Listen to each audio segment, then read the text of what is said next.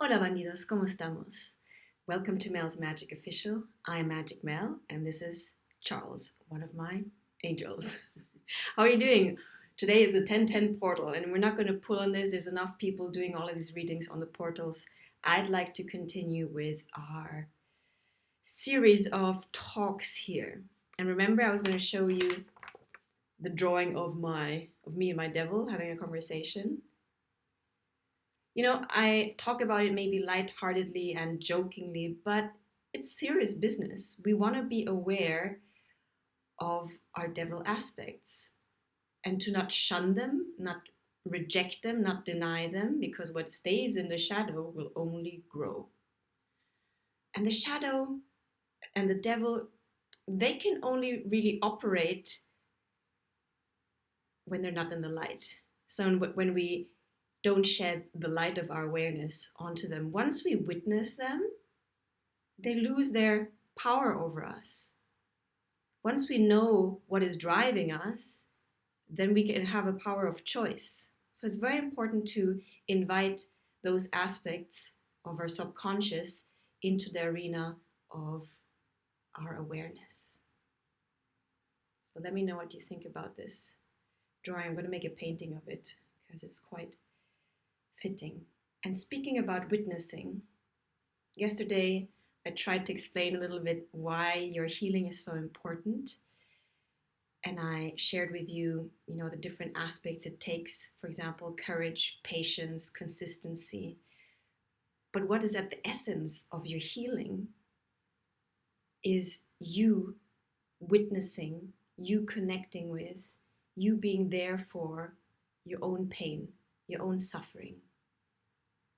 Because as long as you run away from that, the healing cannot take place, the integration cannot take place. You can substitute here the devil for your own pain, for any aspect of you that you have betrayed or abandoned, the inner child. At the core of my healing was me coming face to face with my inner child, which was haunting me from my subconscious. I wasn't aware that it was haunting me until I stopped. Well, I didn't voluntarily stop. I literally ran away from myself to an extent. I ran away from my own pain to the extent that it caught up with me. I had a huge breakdown. It was only then that I finally paused and looked at the proverbial monster in the dark. And it took courage.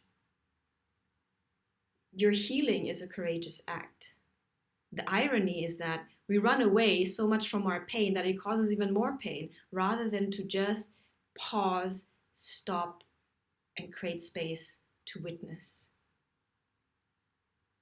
And in the light of this witnessing, yes, you might feel the initial pain because the pain needs to be felt. The emotions need to be felt in order for us to process them and in order for us to release them. As long as we don't really witness, as long as we don't really connect with and experience the pain, the suffering that took place, it will be stored, remain stored and buried in our subconscious, and it will come out in ills and pains and mental illness because our body is trying to signal to us that something needs to be taken care of. And our body, our own psyche, always strives for wholeness, for balance, for harmony. And the subconscious mind, the body doesn't use words, it uses symptoms, it uses signals, it uses sensations, it uses, if it need be, pain to get our attention. So if you're currently in pain and suffering, pause. And rather than trying to escape your own pain, honor it as a messenger. We try so hard to kill the messenger with painkillers. And I'm not saying that those cannot be helpful. I shared with you a long time ago how I was so deep in the dark that I had to take antidepressants to kickstart me back into functioning, at least. And it was once I could function again on a mental and physical level that I was able to actually do the work.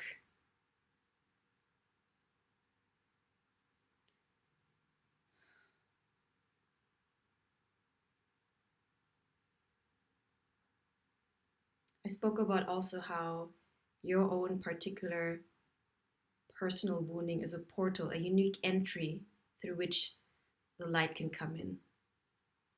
And it can be a pathway for you to connect to other people's pain. Because once you witness your own pain, you can witness the suffering of the world. But if you're blocked and walled up from your own pain, how can you even witness anyone else's pain?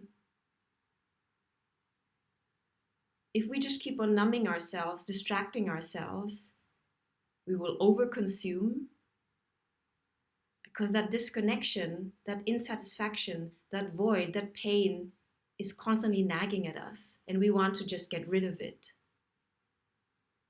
So your personal healing also goes in tandem with the healing of the world. How can you really witness what's going on out there if you're not even there, present for your own suffering? It takes compassion, it takes courage, it takes patience.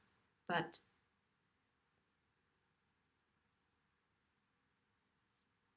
I also shared with you that it can be a beautiful thing. That there's meaning in this path, there's meaning in this journey, there's meaning in this process.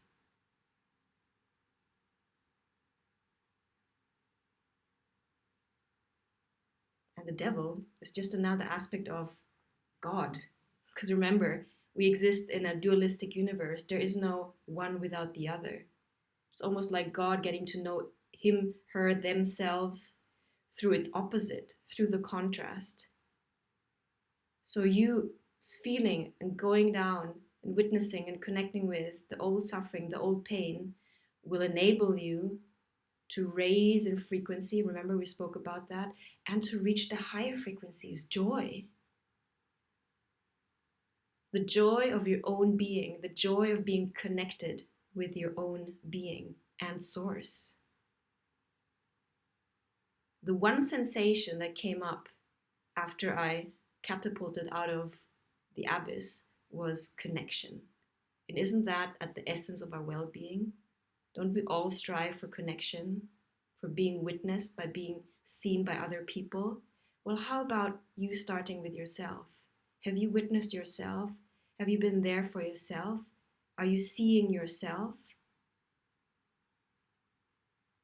Connecting with yourself again, with your core being, with your soul, will get rid of so many distractions and compensatory behaviors, our clinginess, the way we manipulate other people to get our needs met.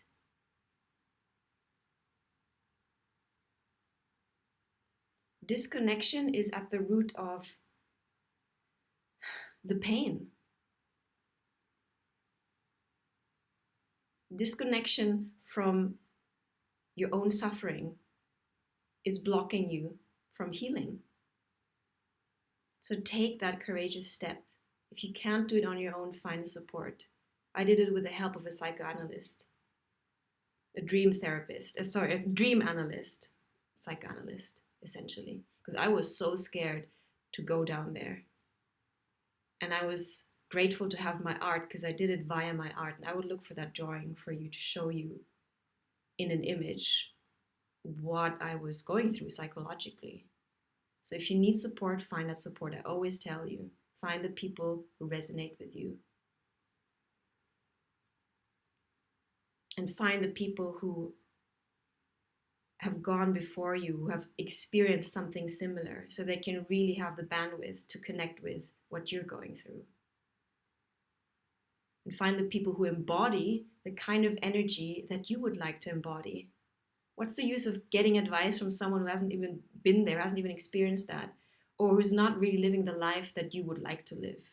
Let's get the proper advice, suggestion, and help from the right people. Okay? Use your discernment. Use your body also. Does this feel well? Is it expansive or is it contracting? Okay? So let's make space for our own demons, for our own devils, for our own shadow aspects, and integrate them with the love and light of our conscious awareness. Bandidos, that was episode 12. I salute you. And right after this one is episode 13. I'm going to talk about joy. Okay, stay tuned. Thank you for being here. Thank you for your time, for your attention, which is the most precious thing. And thank you for liking, sharing, and subscribing. See you on my Patreon and see you on the next episode. Ciao.